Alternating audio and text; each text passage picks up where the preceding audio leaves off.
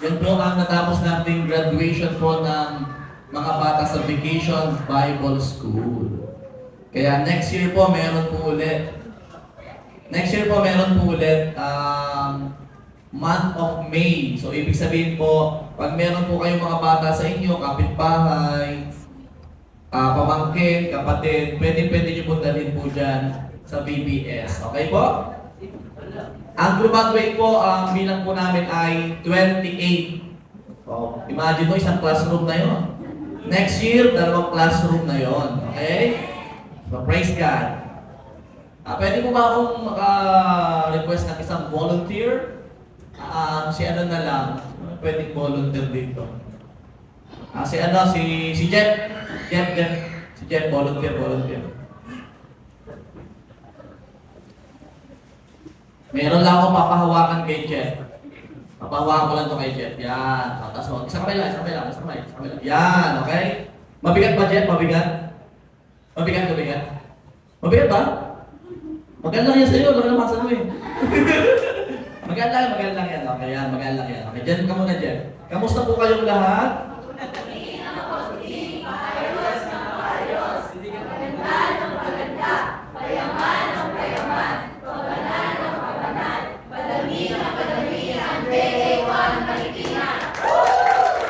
Praise God. J1 Culture. I am a blessing. I am anointed. I am a believer. I am a good follower. I don't destroy, I build. I am not seasonal. I appreciate everyone and everything. I am part of something big. I am in partnership with Christ. I am not extreme. Luke 4:18 and 19. The Spirit of the Lord is upon me, because He has anointed me to preach the gospel to the poor. He has sent me to heal the brokenhearted, to preach deliverance to the captives and recovering of sight to the blind, to set at liberty them that are bruised, to preach the acceptable year of the Lord. Amen. Palakpakan po natin si Lord. Iwakan kami namaya po yan dyan. Matapos ang preaching, okay lang po ba sa inyo? Kung wala po kayong problema, si Jeff lang ang may problema. Okay? Okay lang po ba kayo? Nalay ka na ba, Jeff? Hindi ba? Nakakawit namin. Kaunti pa. Okay? Sino po dito ang may pinagdadaanan sa buhay? Meron po ba kayong pagsubok na dinadaanan? Meron po ba kayong mga isipin? Pinag-aalala? Lahat po tayo meron yan. Amen? So, pero meron po akong isang bagay na nakakuha ng aking atensyon. Ano po yun? Bakit may mga tao na ang tindi-tindi ng pinagdadaanan pero parang okay lang siya? Nakakita na ba kayo ng mga taong ganon? Pero meron din naman mga tao, ang gaan-gaan ng pinagdadaanan niya, ang liit-liit, pero parang ang laki-laki. Nakakita na ba kayo ng mga taong ganyan? Meron talaga yung sabi ko, ano ba pinagkaiba? Lord, give me revelation kung anong pinagkaiba nito. Bakit kaya, patanong ko kay Lord, kaya ginawa ko tong preaching nito. Mukhang pagod na si Jeff, Sige. Okay. Sa tanong na bakit kaya may mga taong baliktad daw, pag matindi, okay na, pag magaan, hindi sila okay. Anong problema? Ano pinagkaiba? Ito po ang representation po ng sagot sa ating katanungan. Bawa mo na Jeff, mukhang pagod ka na, okay. Yan. Sa totoo lang, napakagaan po nito talaga. Maganda siya kumpara sa isang takong bigas. Wala lang ito. Kaya nga itong buhat din na ganito di ba? Pero ano pinagkaiba? Alam niyo kung ano pinagkaiba? Ito yon. Kasi ang tindi ng kabigatan ay hindi lang tungkol sa pinagdadaanan, kundi sa tagal na ito'y pinangahawakan. Sige Jeff, thank you so much. So, ibig sabihin, ang major effect pala nito kung bakit ang hirap-hirap dalhin o ang bigat-bigat na kasi hanggang ngayon daladala mo pa. So, totoo lang, in the first place, magaan naman talaga to eh. Kaso, ang tagal mong hinawakan to eh. At habang tumatagal, sabi ni Jeff, Pastor, nakakangalay. Totoo yun! Nangangalay ka. At mamaya yung maliit na yon, mamaya ang laki-laki na sa'yo. Mamaya-maya, ibabawa mo na kasi suko ka na. Okay? Mabigat kasi ang tagal mong dinadala. Sabi mo nga sa katabi mo, may dinadala ka ba dyan? Baka hanggang yun, daladala mo. Alam mo, may mga point talaga ng buhay, mamaya iiyak ka na lang. Alam mo kung bakit? Kasi medyo matagal-tagal na yung panahon na pinangahawakan mo yon. Mabigat kasi ang tagal-tagal mo nang dinadala. Kahit hindi naman mabigat sa tingin ng iba, kaso ang tagal mong dinala, kaya minsan, na hindi mo namamalayan, nangangalay ka na, napapagod ka na. At mamaya-maya sabi mo, ayaw ko na, suko na ako, hindi ko na kaya. Kasi naman, dinala mo ng matagal. Nagtagal na kasi, sabi mo sa tabi mo, baka may nagtatagal na dyan. Hindi ka ba napapagod? Baka mangalay ka, katulad ni Jeff kanina. Kung mga 1 oras pa, makakagato lang. Nangangalay na talaga siya, mabigat na.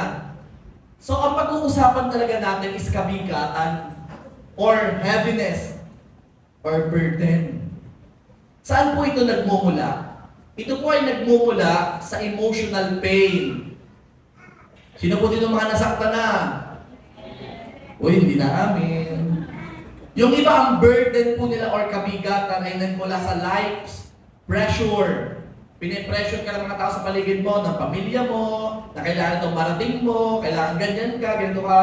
So life's pressure. Pwedeng pressure sa trabaho or sa klase. Ang iba naman, ang burden po nila ay hidden sin. Nakatagong kasalanan. Alam mo, habang tumatagal yan sa puso, nagkakaroon yan ng matinding guilt. At maya-maya, mabigat yan. Yung iba naman, ang kabigatan nila ay fear or takot. May takot sila. Yung iba naman, shame or hiya. At minsan, lagi mong isinusot yung ngiti, pero sa loob, pagod ka na. Yun ang burden. Hinanap ko po ang Tagalog word ng burden. Ang Tagalog po nito ay pasanin, dalahin, or bigat sa puso, or isipin. Ano po ang mga example po nito kabigatan? Yung specific. Pwede ito ay nanggagaling sa sakit or karamdaman. May mga dumaan ka sa sakit or karamdaman. So nagkakaroon ka ng heaviness. Hindi mo maalis sa isip mo yun. Ganito ang mangyayari, ganyan. Yung iba naman ang kabigatan nila namatayan sa buhay. Sino dito ang mga namatayan na? Diba? Hindi naman madali yun. Meron dito ang kabigatan sa kanilang puso ay yung iniwan sila.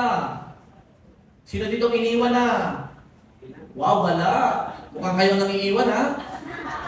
Okay. Yung iba dito, kabigatan sa puso, sila'y pinagpalit. Yung iba, depression. Yung iba, financial struggles. May utang. May kahirapan. Nawala ng hanap buhay. Yan yun. Merong iba, broken relationship. Sa family, sa friends, sa trabaho, sa school. Or pwede rin yung iba sa stress, yung iba sa temptation, yung iba sa conflict, yung iba sa loneliness, unforgiveness, ang daming kabigatan. Stop muna. Medyo nabibigat na kayo. Mukhang nabibigat na rin kayo sa sinasabi ko. Kaya ang title po ng share ko ngayon ay Sa Kanya ang aking pahinga. Alam nyo, kanina nag-worship, sa totoo lang, habang nag-worship ka sa Panginoon, para ka talaga nagre-rest. Para ka talaga namamahinga, sa totoo lang. I pray na nararanasan nyo rin po yun, na habang kayo ay nag-worship sa Panginoon, para bang ang gaan-gaan sa loob. Sino nakaranas na nito? Yung para bang, alam mo may dalahin ka, alam mo may pinagdadaanan ka, pero pag nag-worship ka kay Lord, sabi mo, grabe Lord, para akong lumulutang. That's the feeling. At kung hindi mo pa nararanasan, humanda ka mamaya. Mararanasan mo yan. Amen? So ang aking title ulit, Sa Kanya ang aking pahinga. Ikaw naman kung saan ka pumupunta para sa pahinga. Paano ito mararanasan? Number 1, come to me. Come to me. Matthew 11:28. Then Jesus said, come to me, all of you who are weary and carry heavy burdens, and I will give you rest. In Tagalog version, lumapit kayo sa akin, kayong lahat ng nanlulupaypay at lubhang nabibigatan, at kayo'y bibigyan ko ng kapahingahan. Inhale nga po kayo. Exhale. Isa pa nga po. Inhale. Exhale. Wow, ang sarap mabuhay. Sabi ni Jesus, come to me. Ito ang una dapat nating ginagawa sa tuwing tayo ay nagkakaroon ng kabigatan. Hindi sinabi ni Jesus na try harder. Don't give up. Hindi yan sinabi ni Jesus. Hindi rin sinabi ni Jesus na fix yourself first. O yung mga naririnig yung mga advice sa labas. Ayusin mo kayo sa sarili mo. Yan. O kaya naman, hindi rin sinabi ni Jesus na, kaya mo yun. Para yan lang, susuko ka na, kaya mo yan. Alam mo, naghahanap ako ng mga verses na ganun, wala akong makita. Ang sabi ni Jesus, walang iba kundi, come to me. Alam mo, nung binabasa ko ito, sabi ko, grabe Lord, pag come to me, para bang walang ibang requirement para lumapit sa'yo, basta come to me. Hindi ako kailangan ayusin ko sarili ko, hindi ko kailangan na sabihan ako na don't give up, hindi ko kailangan marinig yung mga salitang yun, ang kailangan ko lang marinig yung sinasabi ni Jesus na, come to me. Ang sinabi niya, come. Pag sinabi kong come, it means come as you are. Hindi fake. Hindi yung pupunta ka sa church, naka-smile kasi alam mo, kahit alam mo may pinagdadaanan ka. Pag kay Jesus ka pumunta, come as you are. May pinagdadaanan ka, come as you are. Meron kang bigat, come as you are. May wounds, come as you are. May worry, come as you are. May burden, come as you are. May bigat, pumunta ka dito, lumapit ka sa Panginoon. Yan ang sinasabi ni Jesus. Come to me. Jesus is speaking. Bakit? Bakit po lalapit sa Kanya? Ito po yan. Dahil siya lang ang may kakayahang magbigay ng kapahingahan sa hinahanap na yung kaluluwa. Totoo. Sa malambot na kama, makakatulog ka. Pero hindi nito maaalis ang lahat ng isipin mo. Pwedeng sa konting oras, makatulog ka, pero pagising mo, andun pa rin naman. Pwedeng sa isang masarap-sarap na, ano ba tawag nyo dito doon? Tungga-tungga?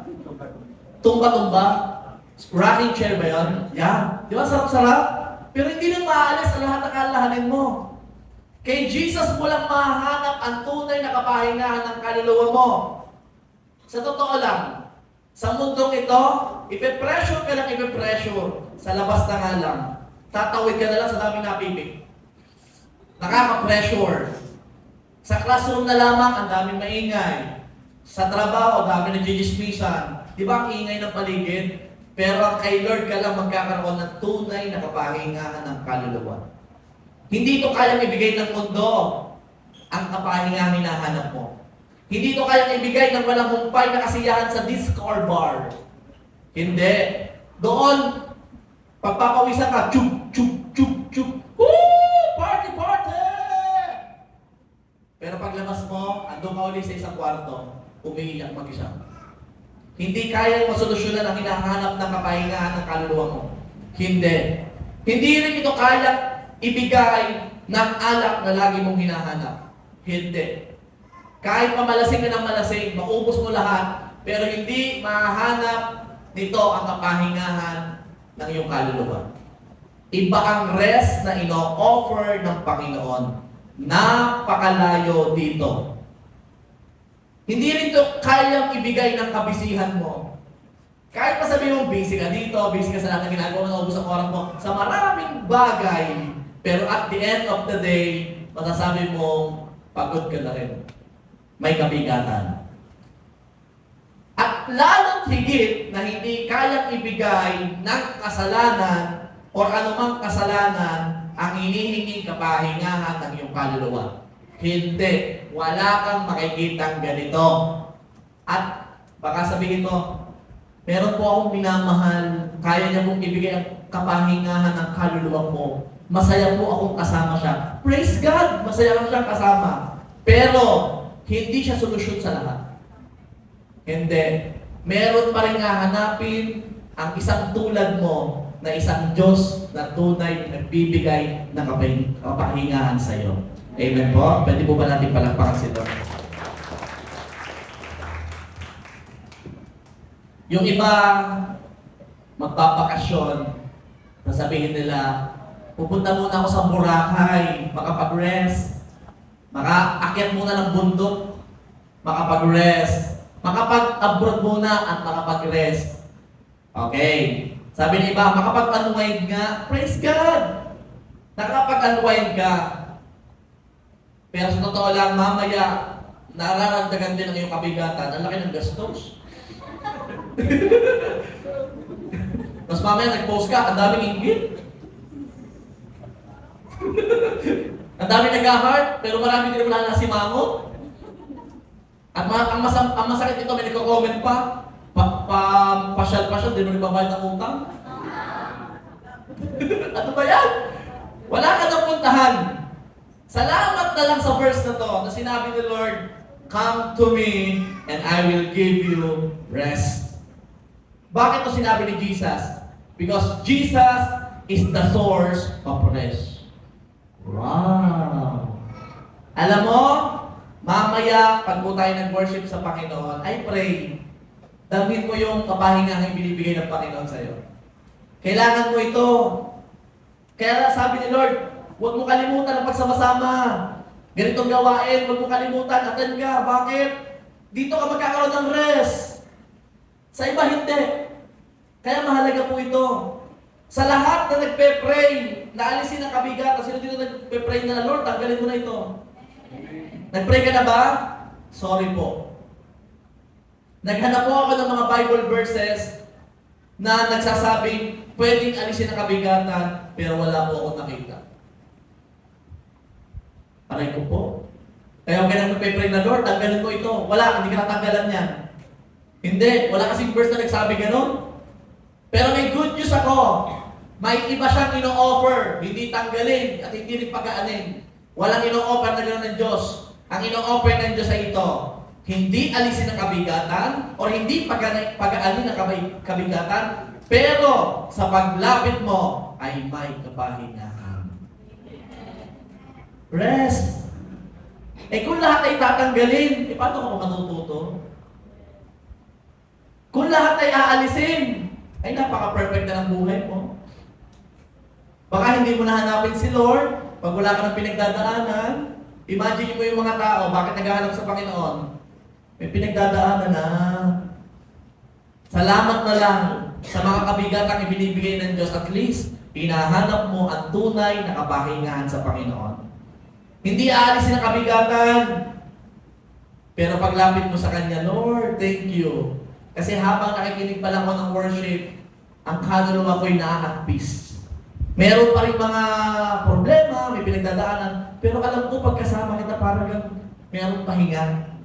Kaya mapapasabi ka na lang, sa Kanya ang aking pahinga. Sabihin nyo nga po, sa Kanya ang aking pahinga. Sa ingay ng mundo, sa busy ng mga tao, sa problema dumarating, sa pagsubok, may isang Diyos na sumisigaw. Ano yung sinasabi niya? Come to me. Kung kanino ka kasi lumalapit, kaya hindi ka magkaroon ng tunay na rest. Kahit Kristiyano ka na, hindi naman niya aalisin ang pagsubok na dumarating sa'yo. Minsan nga, mas dumadami pa.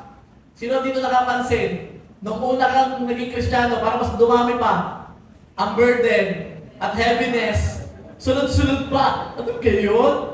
Lord, bakit naman nung hinahanap na kita, saka pa dumating ang samot-saring pinagdadaanan? Bakit? Kasi, nung naging Kristiyano ka, may kanya-kanya na tayong cross na dapat pasanin o buhatin. Sabihin mo sa katabi mo, may cross ka palang dala. May cross, may kanya-kanya tayong cross pag Kristiyano ka na. Diba? Luke 14 verse 27. If you do not carry your own cross and follow me, you cannot be my disciple. Oh, lahat pala may cross na dinadala. Iba't iba lang ang sizes. At iba't iba din lang ang heaviness. Yung iba magaan, medyo magaan. If you want to become follower of Christ and disciple, then you will carry your own cross. Sino dito may mga cross na dinadala? Mga gano'n kaya kalaki yan? Ano po, pendant lang. Late naman. Kaso nung dinala mo yung pendant, ang tagal mo ginawa ka ng bigat kaya bumigat eh. Ano? So meron po akong story. Meron pong isang Kristiyano na nagko-complain. Tandaan niyo po ang Kristiyano. Nagko-complain siya kay Lord. Sabi niya kay Lord, Lord, grabe ka naman. Alam mo, bibigyan mo ng cross lahat. Pero bakit ang bigat-bigat mo sa akin? Wow! May ganyan ba dito? Wala. Praise God, sa labas lang yun. Lord naman, bakit yung binigay mong cross, ang bigat-bigat, ang laki-laki pa? Alam mo ginawa ni Lord? Pinapasok itong lalaking ito sa isang room na punong-puno ng cross. At sabi ni Lord, pumili ka ng cross mo gusto. At pumasok siya, excited siya. Pumili siya ng cross. Siyempre, alam mo na pipiliin niya, yung pinakamaliit at pinakamagaan. At kinuha niya yung pinakamaliit at pinakamagaan. At sabi ni Lord, yan na ba napili mo? Sure ka na? Sabi, opo, sure na po ako. Okay, go! Mabuhay ka. At dinala niya yung cross. Alam niyo, pagkaraan ng ilang araw, napansin niya, yung cross na pinili niya at yung cross na daladala niya, same lang. Same lang sa dati.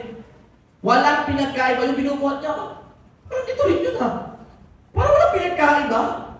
Alam mo ang lesson? May 3 lesson po sa story. Number 1, ang binubuhat mong cross ay ang alam ng Diyos na para talaga sa iyo. Kung hindi mo lang alam. At nung pinili mo, yun talaga para sa iyo. Pangalawa, kapag nalaman mo ang cross ng iba, yung iyong pinakamaliit at pinakamagaan. Ang daming cross doon, namili, pinakamaliit, pinakamagaan. Ibig sabihin ng kasamahan. Malalaki at mabibigat. Imagine mo, yung napili mo yung pinakamaliit at pinakamagaan. So ibig sabihin, kung may cross kang dinadala, baka yun na yung maliit. May mas matindi pang pinagdadaanan kayo sa'yo.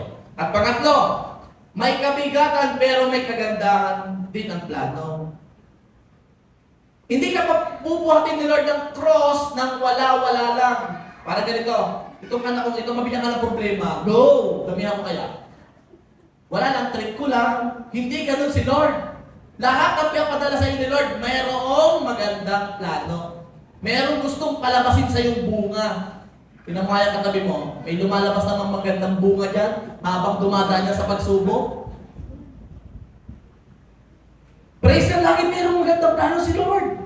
Kaya yung mga pinagdadaanan ng ginagawa ay mas lumalayo sa Panginoon, di ba? Napansin mo? Sabi ng isa, ay, nakahihiya na ako kay Lord. Dami ko ng kasalanan, makalayo. Common na naririnig ko yan. Pero mayroon ako sasabihin sa iyo, malaking no.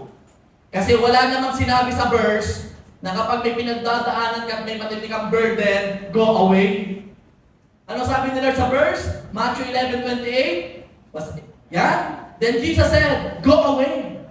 All of you who are weary and carry heavy burdens. Meron bang go away dyan? Wala. Ano sabi? Come to me. Kaya lahat ng may burden, lahat ng may kabigatan, ano sabi ni Lord? Come to me. Mas lalo ka man dapat lumapit. Kasi may kabigatan ka, ba't ka lalayo? Di ba? Lalapit ka. Kaya nga mabigat eh, kailangan mo ng katulong. Amen? Ano pa napansin sa verse na yan? Ano sunod ng come to me? All of you! Ito magpapagaan ng dinadala nyo. Kung meron ka pinagdadaanan, meron kang kabigatan, ang sabi ni Lord, all of you. Ay, lahat pala may dinadala. Hindi lang pala ako. Lahat ay may dinadala. Ang invitation pa lang ito ay para sa lahat, yung come to me. Mamaya po, lahat tayo ay sabay-sabay lalapit sa Panginoon kasi lahat naman tayo may daladalang cross at kabigatan. Kaya mamaya, wala pong Sabi ng worship leader, come on! Sing to God!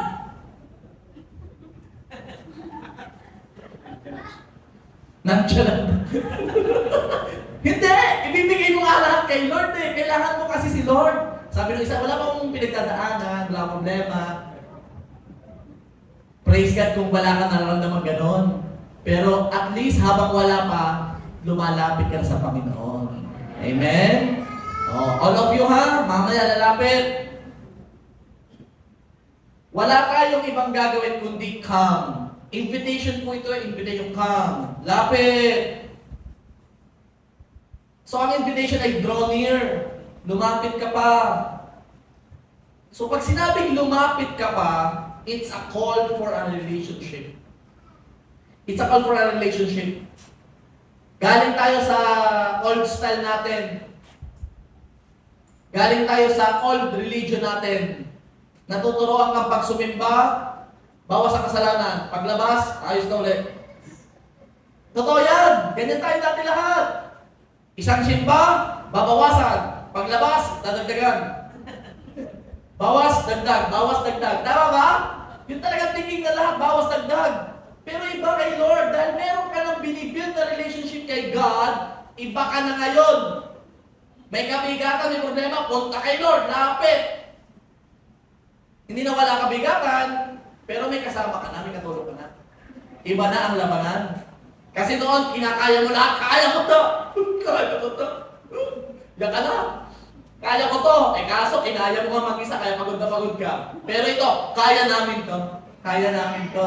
Kaya namin to. May kasama ka na. Amen? Ano pa sabi dito? Come to me, all of you are weary and carry heavy burdens, and I will give you rest. Isang kang malalim na hinga. Rest from work ba ang ino-offer ng Diyos? Hindi. Rest from ano ba? From pagod ba ito? Sa totoo lang, kung katawan ang usapan, titiisin mo lahat eh. Pero ibang rest po ito. Sinabi ko na kanina, this is the rest for your soul. Ang tunay na pagod ay hindi naman talaga katawan, kundi ang kaluluwa.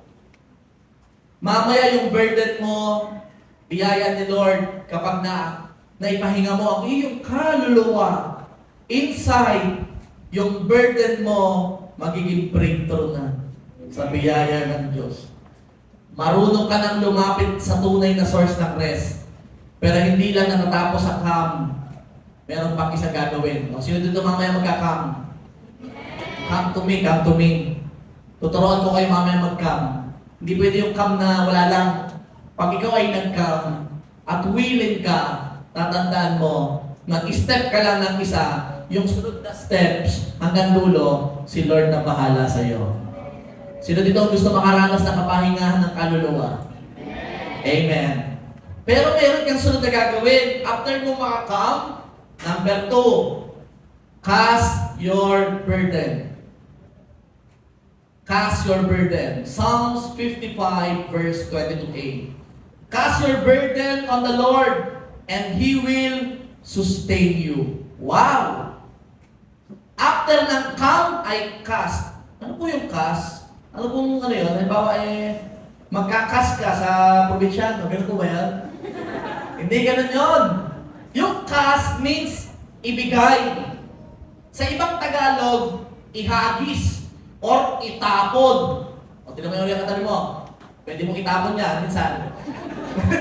Pag inaanto ko na, pwede na. Namagis eh. Pag sinabing cast, pwedeng itapon or ihagis. Ganun pala yun. Pag nagtothrow ka ng burden kay Lord, wag yung, Lord, sa'yo na. Hindi. Pag nagtothrow ka ng burden kay Lord, your presence. Ganda ng mic. Yun talagang binibigay mo sa Kanya. Kasi talagang galing sa loob, inilalabas mo lahat. Kaya pag pupunta ka ng church, huwag ka lang naka-steady. Simula mamaya, pag nag-cast ka ng birthday, yung talagang ibinibigay mo sa Kanya. Amen po? Sino gusto ng challenge? Sino gagawin mamaya? Magkakasito-throw! Sabi mo, huh! Inhale! Huh! Ganyan ang pagtutrong. Hindi yung, medyo mabaho yun. Kailangan punch. Inhale. Huh! Huh! Kailangan may pwersa. Kailangan binibigay. Alam mo, isang hingahan lang yan, mamaya. Ang gaan-gana sa loob. Ang sarap ng feeling. Wala pang word, pero nag-worship ka pa lang, solve na lahat. Amen? Ganun talaga. Even nasa bahay ka, magpatugtog ka, kumanta, casting, tapon-tapon. Ganon. It is a practice. Practice po ito. Huwag kang lalapit na hindi willing ibigay, ihagis o itapon ang burden sa kanya. Huwag kang pupunta. Kailangan willing kang ibigay para pagkatapos ng service, naibigay ko na sa Lord lahat. Chill na ako. Chill. Palapakan natin sila. Sige, palapakan si Lord. Chill na ako. Nabigay ko na kay Lord natin. Eh, yung iba,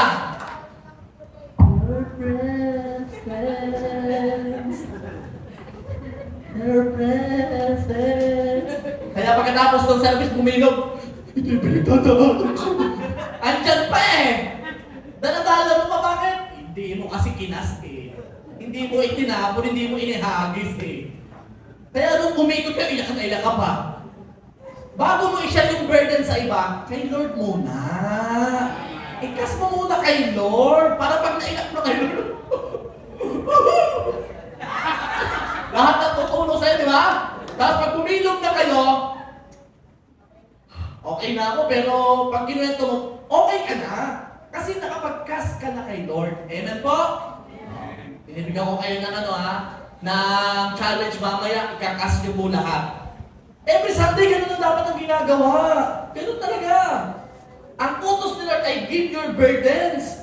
Cast your burdens. Ano ba ang ibig sabihin nito? Nag-research ulit ako. Pag sinabing cast your burdens, it means a call to release. Ay! Pasensya na po kayo sa example ko. Sorry po, medyo po itong example na to. Wala nang po nakain Okay. Ito lang po talagang ito lang po ang example ko na talagang kailangan para sa release. Sino po dito yung kailangan mo talagang pumupo, pero hindi ka makapupo? Hindi alam mo yung pakiramdam na yon, yung nasa CR ka talaga.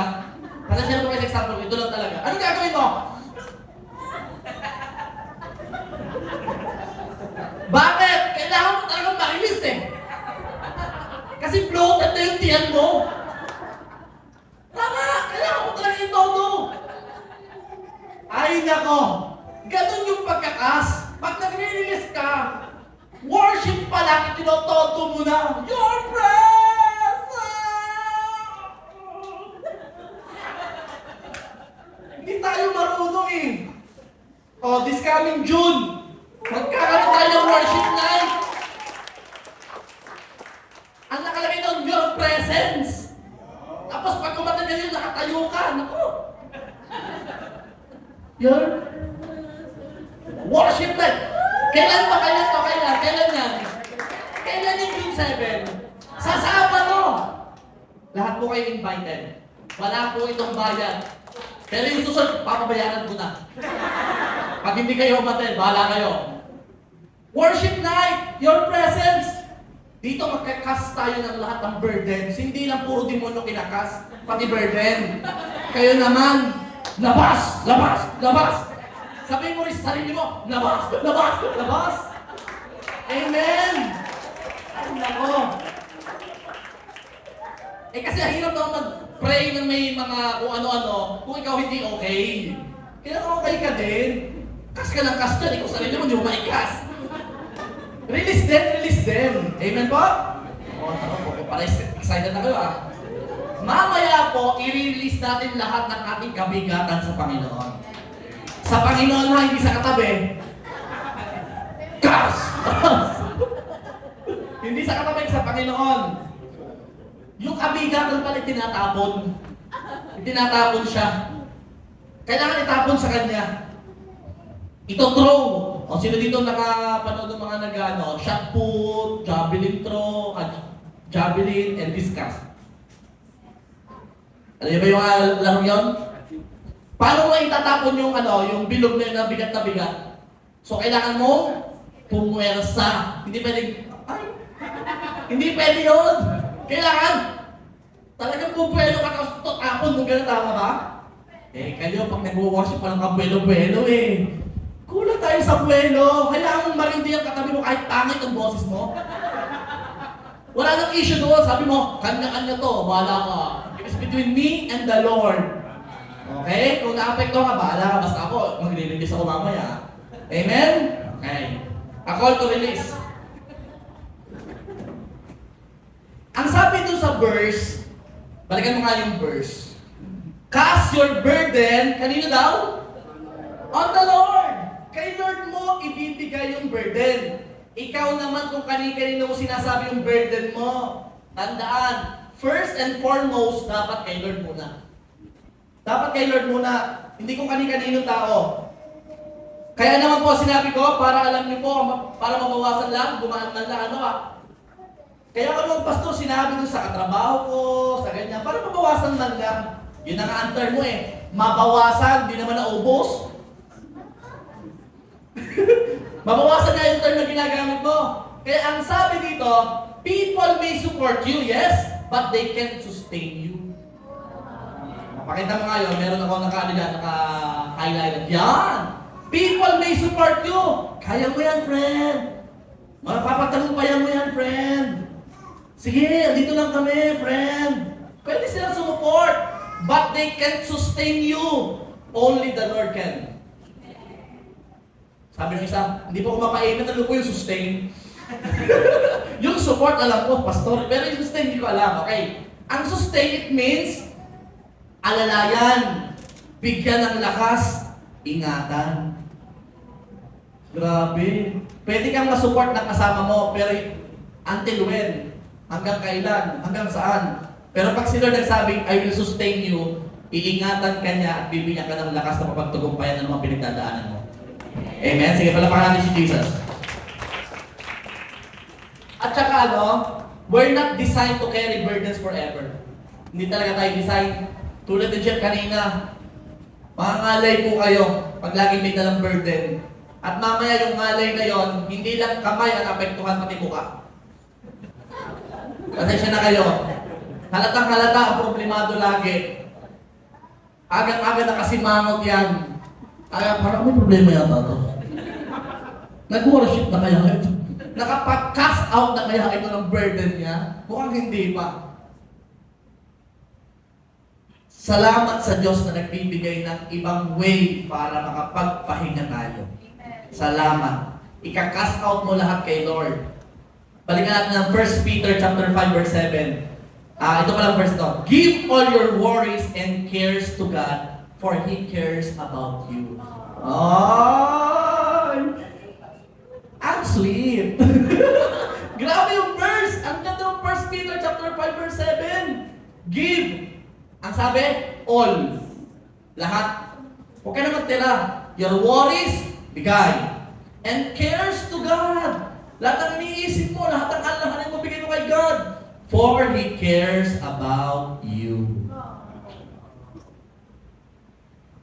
Ganda ng verse, tapos na pong preaching. So we must learn to let go and give it to God regularly. Regularly kasi regular talaga may dumarating So dapat regularly nagka-cast out ka, nag-give ka kay God. May dumating, bigay agad kay Lord. May dumating ulit, bigay ulit kay Lord. May dumating na naman, bigay ulit kay Lord. At mamaya mapapasabi ka na lang, sa Kanya ang aking pahinga. Bakit? Hindi mo na dinadala Dating, bigay. Lord, mabigat. Iyon na. May bayarin. Iyon na. May tuition fee. Sa'yo na. Di ba? Dumadaan lang. Pero pinapadaan mo lang talaga. Hindi mo naman ini-stay. Hindi mo, hinahawakan yung problema. Kaya mo to. Mapapagod ka, kapatid. Ito ang tatandaan natin. Halimbawa, mamaya magbibigay ka ng burden sa Panginoon. Ilalahat mo na. Ito tatandaan natin. Ang naibigay na, ay naibigay na. Pag naibigay mo na kay Lord, huwag mo na kuhanin pa. Halimbawa, mamaya, in your presence, Lord, binibigay ko na kasama ko sa'yo. Bakit? Binibigay ko na. Tapos pagkatapos sa service, Lord, ibalik mo na. Pag ibinigay mo na kay Lord, tapos na. Okay na yun. Ibigay mo na, binabalik-balikan mo na naman. Lord, pinapatawad ko na. Pagkatapos, nagkaroon lang kayo ng kwento, sabi mo, pinapatawad mo mga kaya. Hindi mo ba naibigay? Bakit? Kinukwento mo pa na ganyan. Hindi pa natapos. Pag naibigay mo na, naibigay na.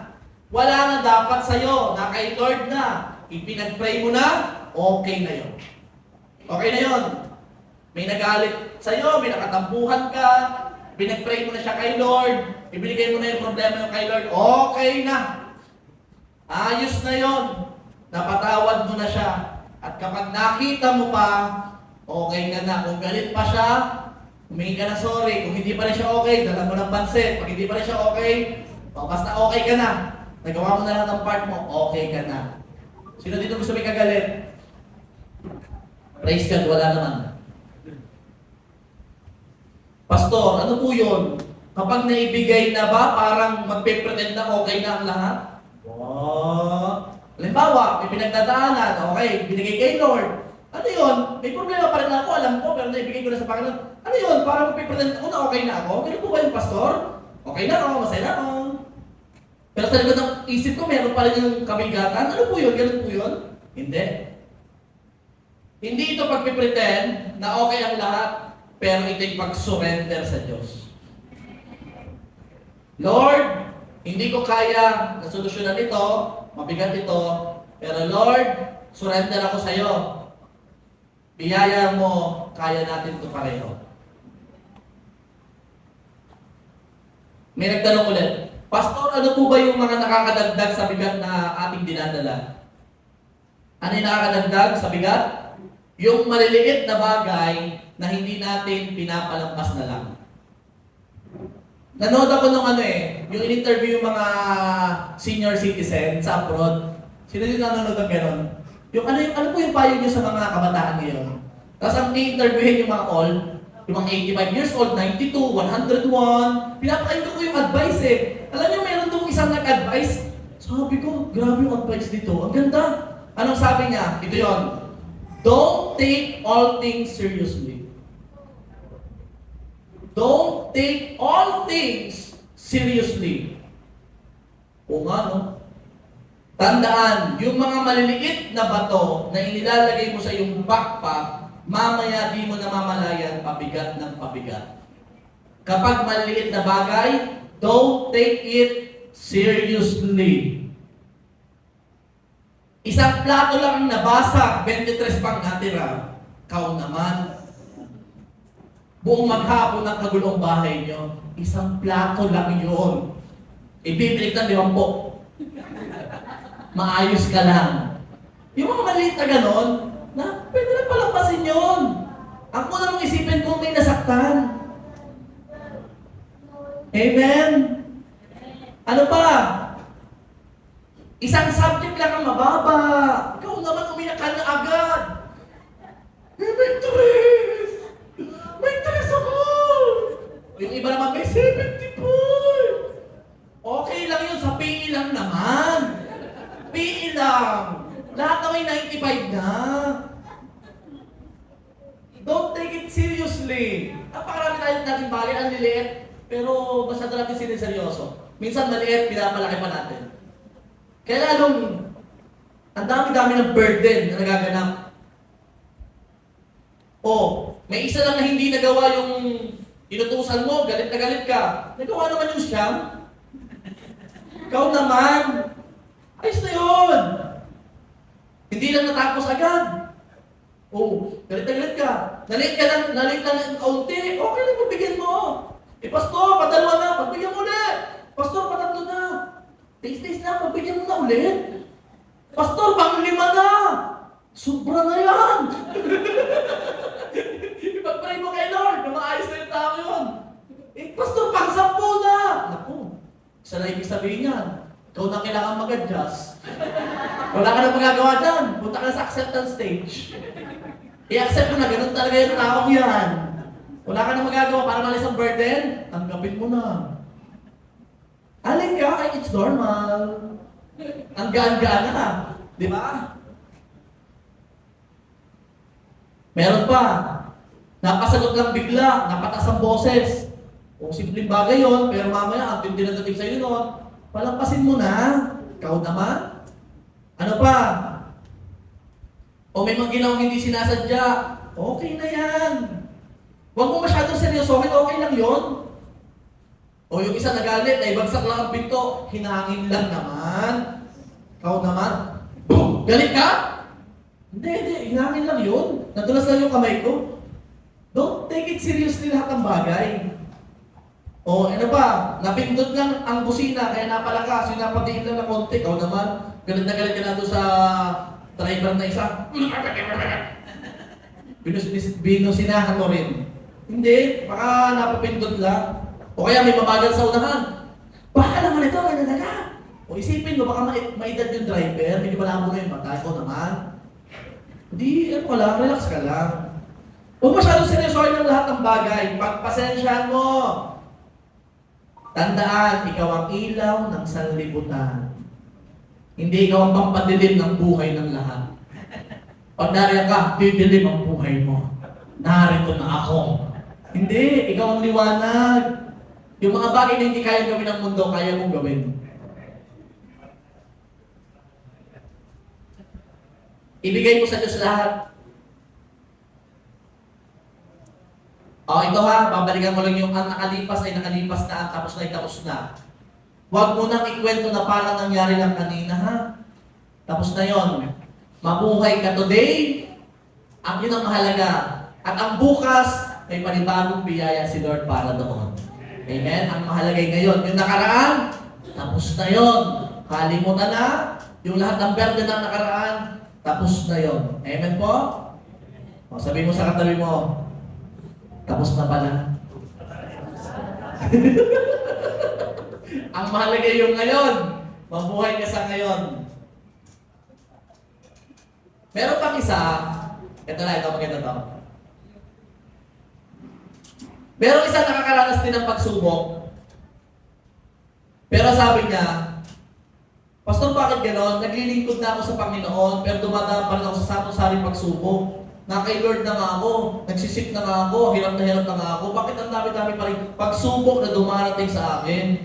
Hindi ko maintindihan. Dapat na hindi na, di ba? Nagsiserve ako kay Lord eh. Sabi ni Charles Spurgeon, yan, sa mga pangalan niya eh, God gives His hardest battles to His strongest soldiers. Oy! Sabi ko, wow! Kung mabigat-bigat ang battle, malamang-lamang, ikaw ay strongest soldier ni Lord. Kung matindi ang battle, praise God! Ikaw ang apple of the eye ni Lord. Pinagmamalaki ka niya kay Satanas. Tinan mo anak kong yan, mabigat ay bibigay ko na, pero tingnan mo, ang galing yan, kaya-kaya niya yan. Unang tatawagin ako niyan. Yan ay magkakamtumi, tapos magkakas out yan, ng burden, at mamaya nakangiti pa yan. O ano. Pinagmamalaki ka niya. Di ba? Tayo po lahat ay nasa Jesus the Anointed One Church. Alam niyo naman po ang gift ng church po natin. Walang iba kundi inner healing and deliverance. Alam niyo, biyaya po ni Lord. Marami pong bagay sa church natin ang ma-encounter po talaga natin. And by God's grace, lalo na yung mga may emotional needs. Marami tayong may pag-pray ng ganyan. Mga may pinadala. And biyaya ni Lord, kung ikaw ay nasa church lang ito, ikaw ang gagamitin ni Lord para yung ibang tao ay makapag-release ng Panginoon. Tayo na yon. Dahil kung hindi ikaw at ikaw pang kauna-una, paano naman yung iba? Tayo ang strongest soldier ni Lord. Tayo ang pupunta sa mundo at makikinig sa mga hinaing nila. At syempre, hindi ka makikisabay ng iyak, ano? Uga. Hindi! Ikaw ang magpapalakas sa kanila. Come on! I-release mo yan kay God. Ikaw yun. Ikaw yun. Kaya tinuturuan ko kayo dito. Kailangan tayo muna nagka-come to Jesus at tayo muna nagka-cast ng burden sa Kanya. Kasi pagdating natin sa mundo, ang daming taong nangangailangan sa Kristiyanong katulad mo. Dami. Napakadami. Ang dami nangangailangan sa Kristiyano makikinig sa sari-saring burden ng mundo. At ikaw na yon, wala nang iba pa. Kaya give your burden to God. At yung ibang tao na sa paligid, magkukwento sila sa iyo at mamaya, ikaw na ang gagamitin ni Lord. At sasabihin niya, thank you pinadala ka talaga ni Lord para sa amin. Sarap marinig mo, sarap marinig mo. Sige, palapakanan natin si Lord. Excited na ako. In conclusion, hindi naman laging may burden. May mga senaryo lang yan, may mga pagkakataon lang yan, pero hindi laging ganon. Tingnan nyo, Isaiah 61 verse 3. Upang pagkalooban sila ng tumatangis sa Zion, upang ibigay sila ng putong ng bulaklak sa halip na mga abo, sa halip na pagtangis ay langis na kagalakan, sa halip na lupaypay na diwa ay damit ng kapurihan, upang silang matawag na mga punong kahoy ng katuwiran, ang pananim ng Panginoon upang siya bigyan ng kaluwalhatian. Hindi naman laging ganun may burden, may kabigatan, matatapos din ang lahat. Basta alam natin ang kasama natin sa pinagdadaanan natin, walang iba kundi ang Panginoon. Hindi mananatiling ganyan, hindi. Pagsubok ngayon, mamaya tagumpay bukas. Luha ngayon, kagalakan bukas. Alalahanin ngayon, kapayapaan mamaya. Problema ngayon, may solusyon na rin ngayon. Pwede ba yun? Pwede yun sa Panginoon. Amen? Kaya, sino pong handang lumapit kay Lord? Worship Him, please. Pabalik nga po ng title.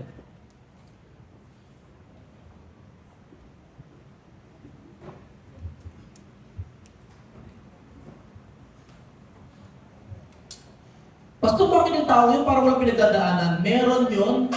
Alam niya lang kung paano mag-release sa Panginoon.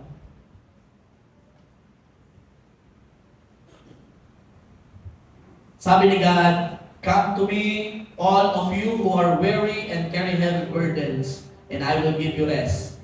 In Tagalog, lumapit kayo sa akin, kayong lahat na nanlulupaybay at lupang nabibigatan, at kayo'y bibigyan ko ng kapahingahan.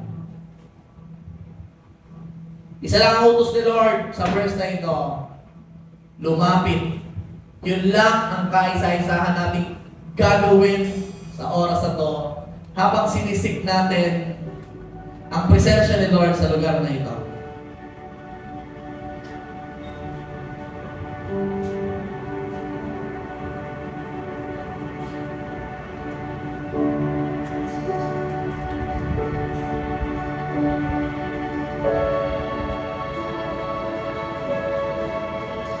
Feel the presence of God sa lugar na to.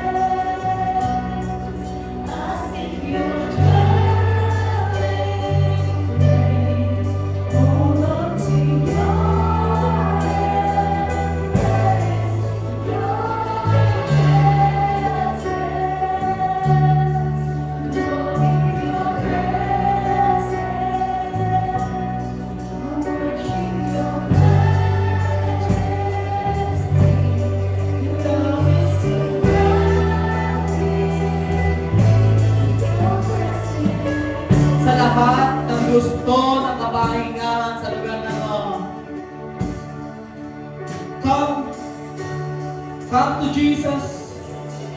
Come to Jesus. Mag-decision ka to come. If you want rest from burden, come on, church. I invite you to stand up and feel the presence of our God. Come to Jesus. Ibuka mo ang bibig mo. Kantahan mo siya.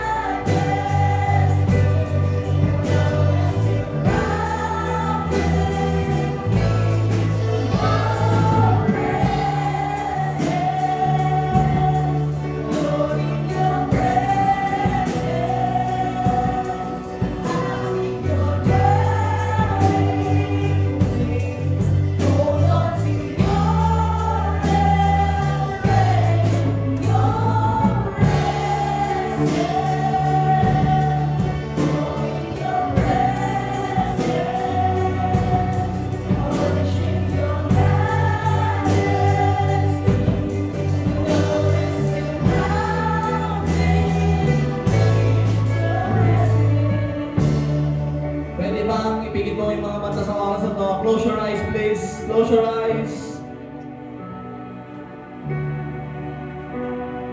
At ipaparamdam ng Diyos sa iyo ang matinding kapahingahan na hindi mo makikita sa mundo, kundi sa presensya na lang.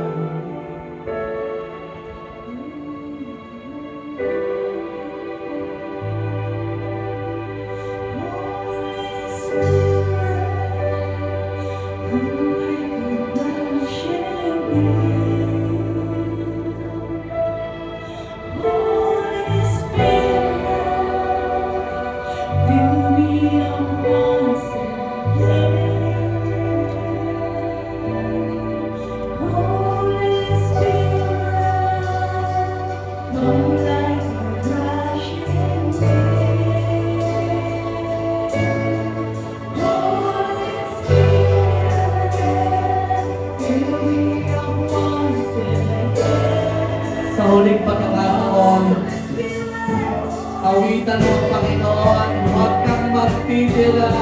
Ibigay mo lahat sa Panginoon sa oras na to. All out, cast out all your burdens to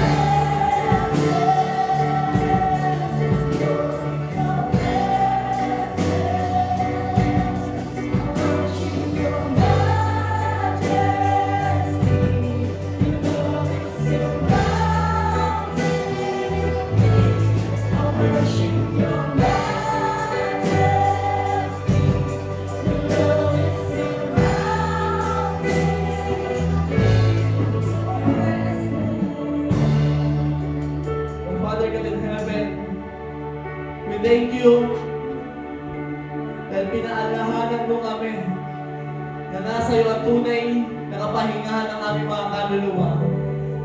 And Father God, hayaan mo na magawa namin ito kahit hindi Sunday, araw-araw ng aming buhay, na makapag-worship, makalapit sa iyo, at maibigay lahat ng burden namin sa iyo, Panginoon. And Father God, I also declare, anuman ang pinagdadaanan ng bawat isa, Panginoon, alam namin na malalampasan namin ito dahil kasama ka namin, Lord God. Dahil kasama ka namin, Panginoon. And Lord, excited kami sa sunod-sunod na breakthroughs na mararanasan ng bawat isa. Sunod-sunod na patotoo, Panginoon. Sunod-sunod na blessing. Sunod-sunod na pagpapala. Sunod-sunod, Panginoon. Sunod-sunod, Lord God. And Lord, kahit may dumaan pa at dumating na ibang bagay, Lord God, alam na namin ang gagawin. Walang iba kundi lumapit muli sa iyo. Lumapit sa iyo at lumapit sa iyo, Panginoon. We thank you, God.